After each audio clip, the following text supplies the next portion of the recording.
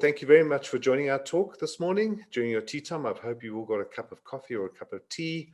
And it is about the advantages and impact of cyber insurance on incident response. And myself, Raymond du Plessis, and Tshegofatso will be talking to you. So I'm going to give a little bit of an intro, but the main part of the talk will be Tshegofatso talking about the incident response side of cyber insurance.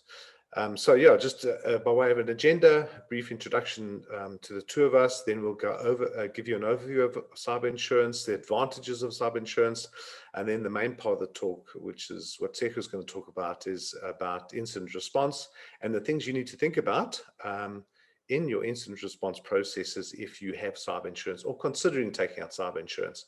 And then we're going to close it out with Tshegofatso giving an overview of an approach you can take to looking at your cyber insurance and thinking about the impacts and advantages within your own organization. So yeah, we hope you'll get something out of it, and we hope you enjoy the session. So let's get going. So just about the two speakers, as I said, my name is Raymond du Plessis. I'm from Mobius Consulting.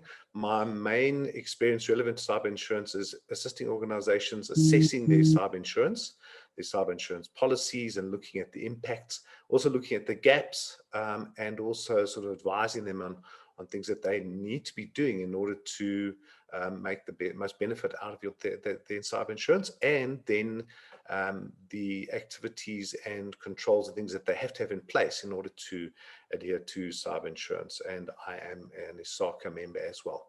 So Tshegofatso, if you can just introduce yourself briefly. Thank you, Ray. Good morning, everyone. As Ray mentioned, my name is Tshegofatso. I'm a senior security consultant at Mobius Consulting, and what qualifies me to come and speak to you guys today on this topic is my experience in both incident management as well as cyber insurance.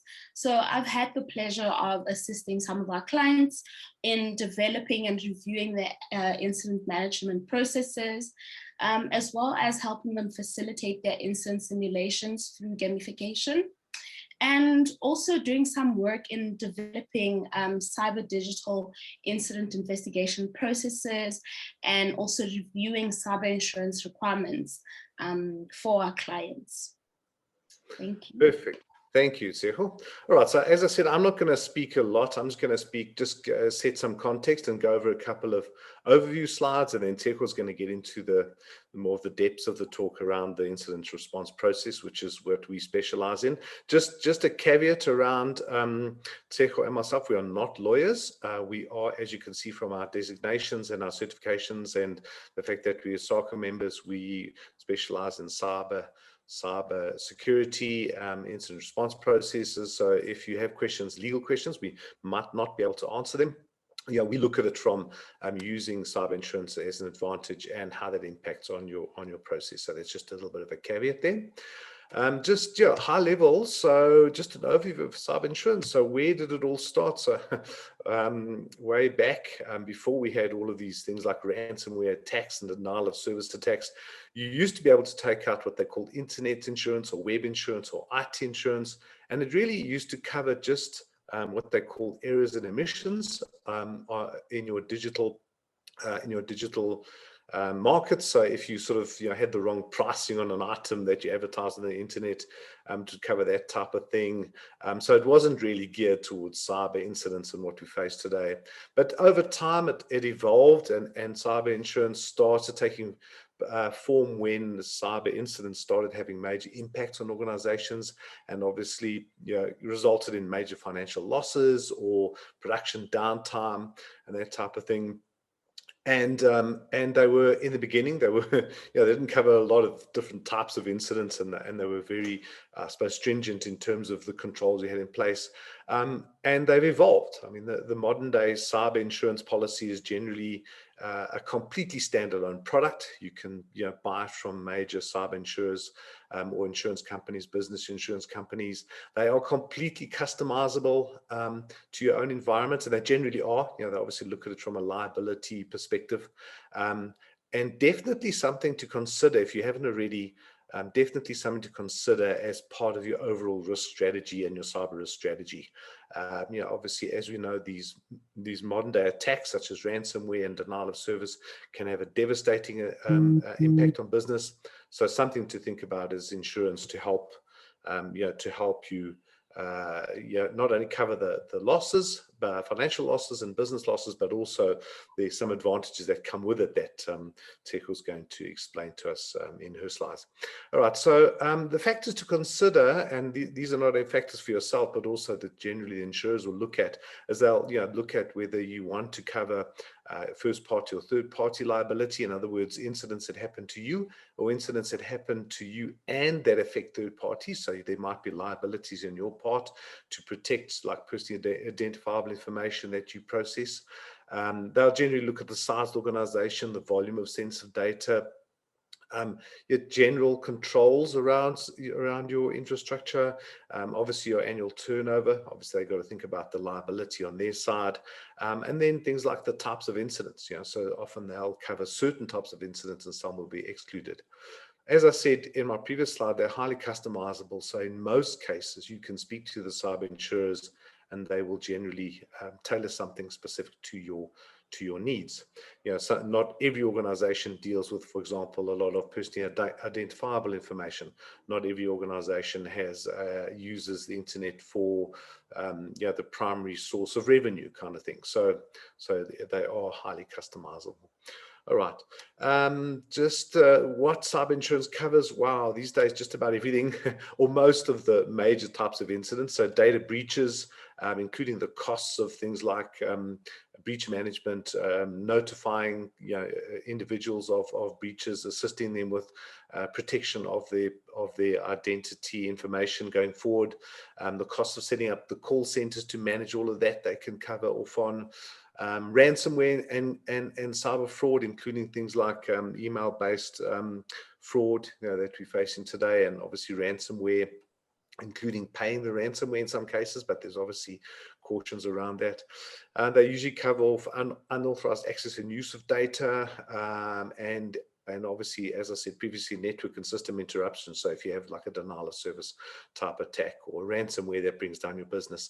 So they are very broad in their coverage, and obviously, they generally cover off most of the types of incidents that would have an effect on your business. What cyber insurance doesn't cover, and so these are the things where I usually get quite involved in when I'm reviewing cyber insurance policies with our clients, is to look at what they don't cover, so that the organizations can then think about the additional risk mitigations they can take. In other words, maybe having some additional cash put aside to cover off on certain types of incidents, or putting in additional controls. So having that sort of risk-based approach. So they generally won't include future loss. They won't include coverage of reduction in the value of organization, due to things like theft and that type of thing, because that's very difficult, I suppose, to calculate. Betterment, they won't cover. Social engineering in some cases, depending. Acts of war, terrorism, that's an interesting one, because as we know these days, state-based or state-sponsored cyber attacks are on the rise. So that's quite an interesting one to think about. Recklessness and negligence on behalf of the executives are not usually covered, but they generally do cover negligence on behalf of your employees. So that's just something to think about. And then they obviously won't cover retrospective incidents. In other words, you can't take out insurance today and claim for something that happened last year, kind of thing. So just some of the things to think about when you look at your cyber insurance cover. But as with most business agreements, the limitations and liabilities and exclusions are all negotiable. And if you've got enough money, you can obviously cover most instances of what needs to be covered or you want covered. All right, so that's enough of the high level. I'm going to hand over to Tshegofatso, is going to go into the more interesting part of this discussion around the advantages of cyber insurance. So over to you, Tshegofatso. You just let me know when I need to go over to the next slide? Okay, you can jump over to the next slide, Ray. So thank you, Ray. obviously, apart from, the main advantage of having certain costs related to the incident covered as part of the cyber insurance contract, other advantages, include having experts readily available to you to provide advice on matters pertaining to, technical aspects of the incident, forensic expertise, which, may otherwise be expensive, as well as legal support, in instances where the incident does maybe need to go to court. As part of the contract, you may also, gain access into like additional services that will assist, with the limitation of information loss and thus money. This includes, access to data restoration services, as well as incident response services, right? And also, in the event of, attacks such as ransomware, you may also get access to cyber extortion negotiators, who may be available to you to, limit how much you actually get extorted if it actually does come to that. Okay, so now just be taking us through some of the potential impacts that we need to consider when getting cyber insurance. Okay. So, as with all insurances, the insurer will most likely, want to assess the prospective environment, and this may be done through, conducting a due diligence process. And these are the various factors that we need to consider as and when taking up cyber insurance. And once your policy is actually in effect, the one thing that your insurer may actually impose on you is the use of pre-approved and pre-vetted vendors and third parties that the insurer actually prefers to use in the event of an incident. And again, as mentioned, if you have access to certain expertise or expert services, they may have a list of preferred vendors for you to use.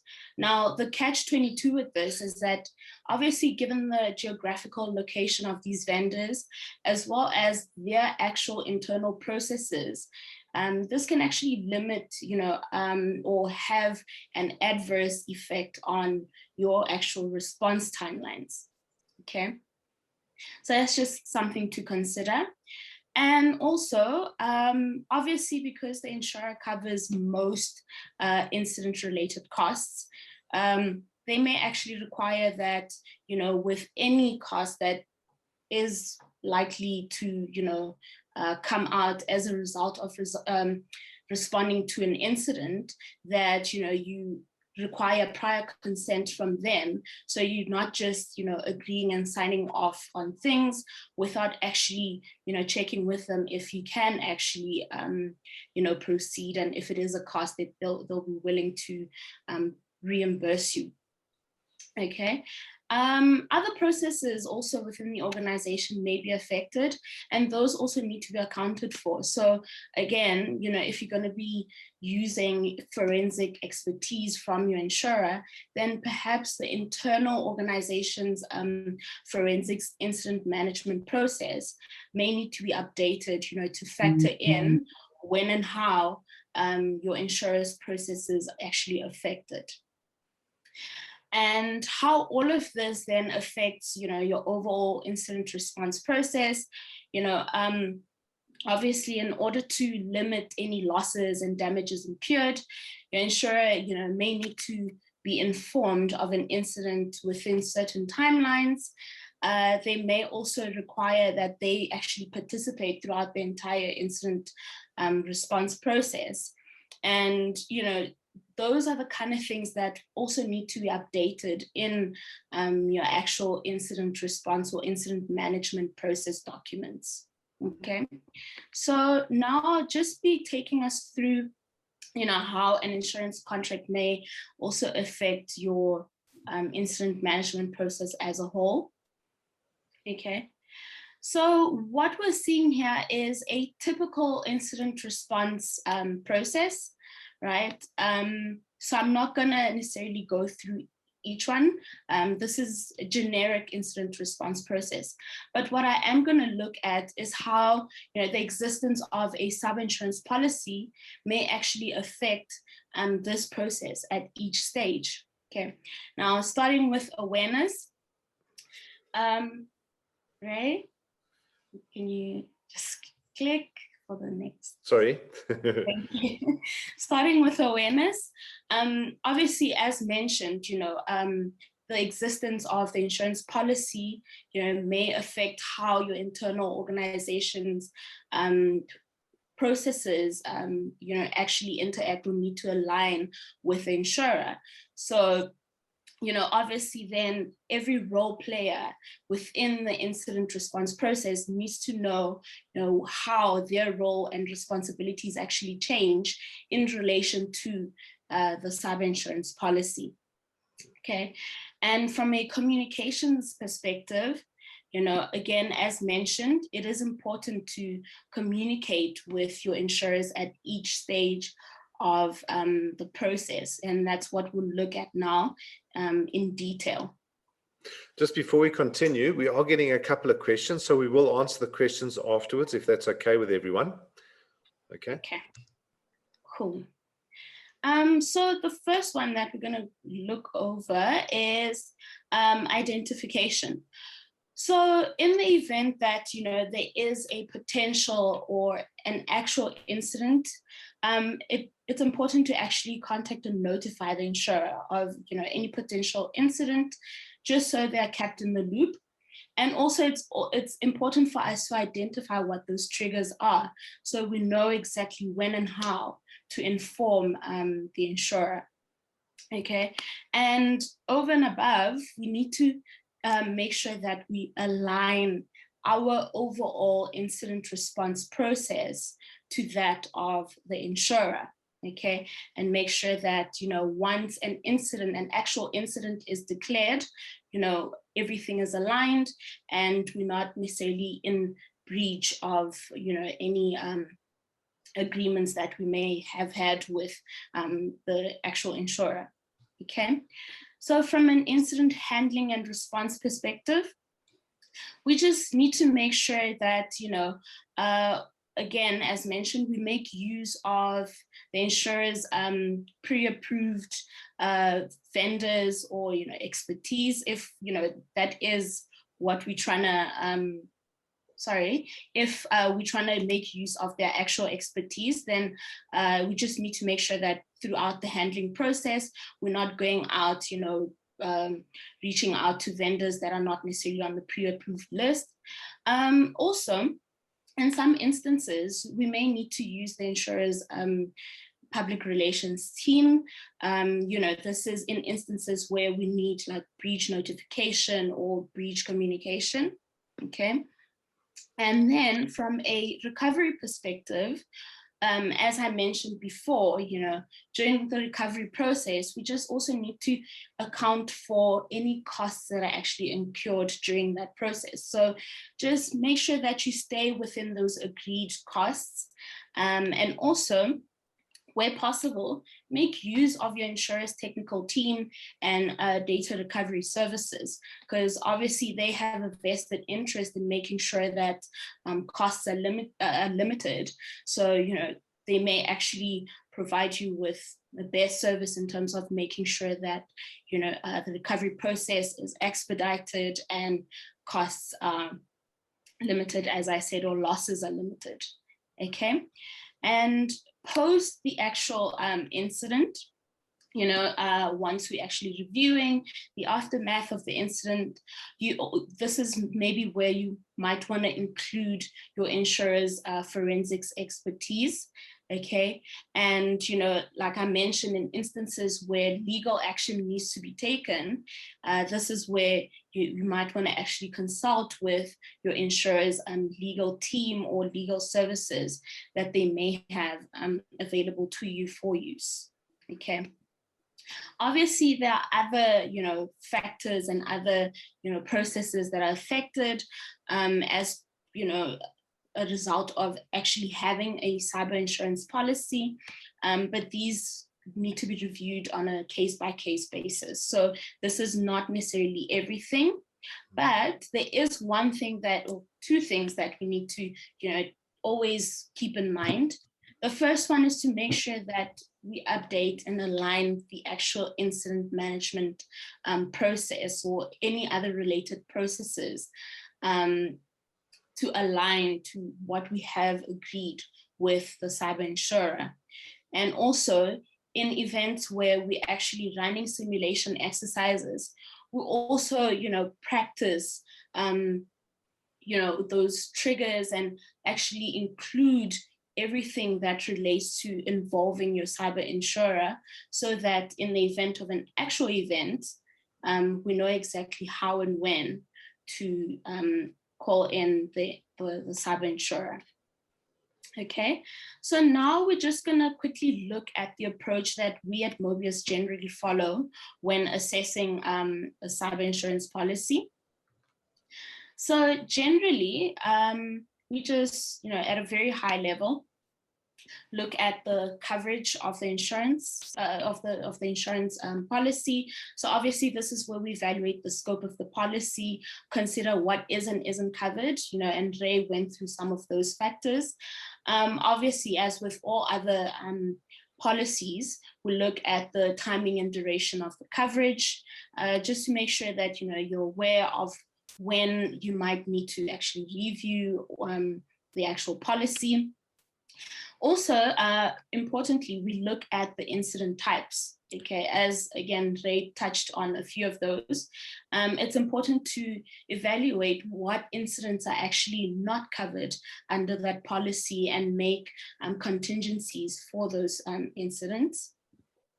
Also, just look at the advantages, so what it is you're getting as part of, the whole policy. Hopefully you're getting more advantages, as opposed to, I guess, disadvantages in having that particular policy in place.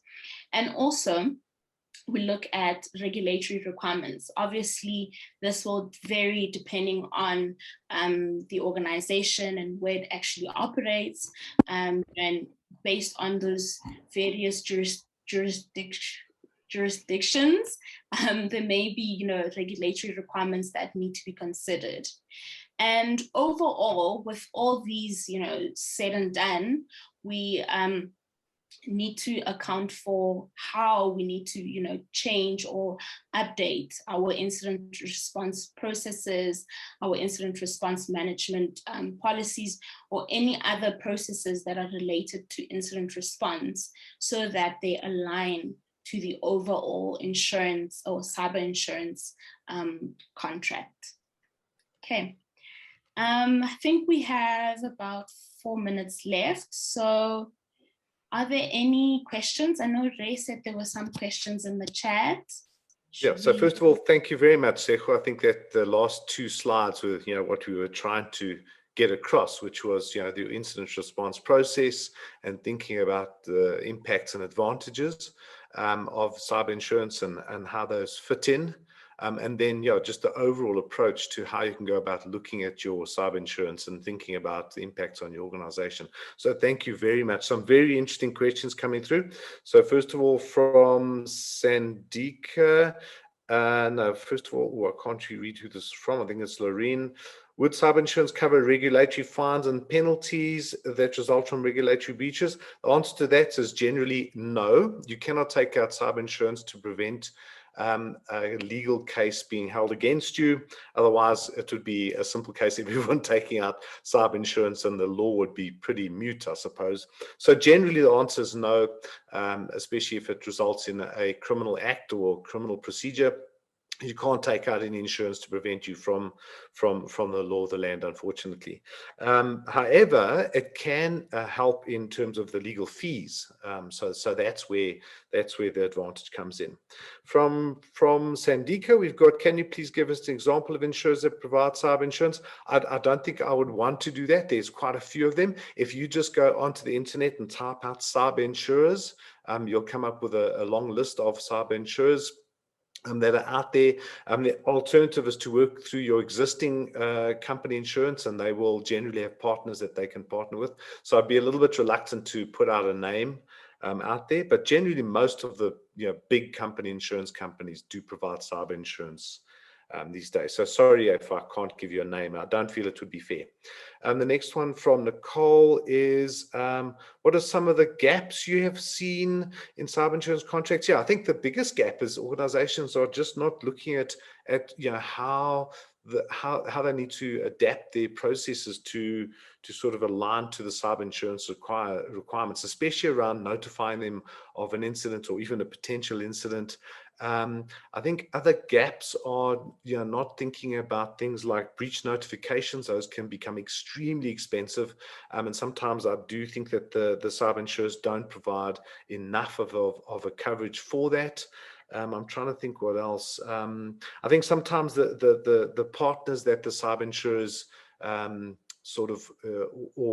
partners that they want you to use may not fully understand your organization and the way they work. So I think companies need to take that into consideration if they're going to make use of those partners. So the forensic investigators or the public relations people, I think you need to think about how you go about doing that. So there's some additional effort that needs to be put in place to prepare for that type of thing.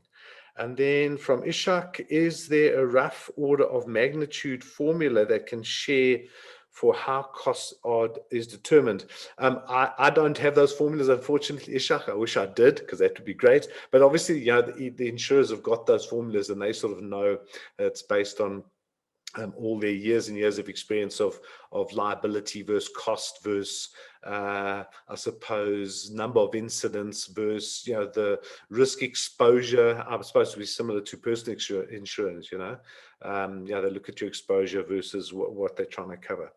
And then Ishak goes on to say, I'm trying to wrap my mind around how that would work for my organization, where the insurance need might be more than value of the insurance company. Yeah, that exactly. So that's something. I mean, they will insure. In the case like that, depending on the liability, they will insure you up to a certain point, and then after that, that's where you got to think about, okay, how will I compensate for that gap? Absolutely, especially some of the massive organizations that we have around the world, the value of the organization might be more than the value of the insuring company. So obviously in a case like that, they would look at it and say, to what extent would they be willing to cover you? So that's a fascinating question. I haven't seen that question before. Thank you, Ishak. I'm not sure if there are any other questions. No, I think we're out of time already. So thank you very much for everyone who participated. I hope you got something out of it. And yeah, thank you very much. Thanks, Tshegofatso. Thank you.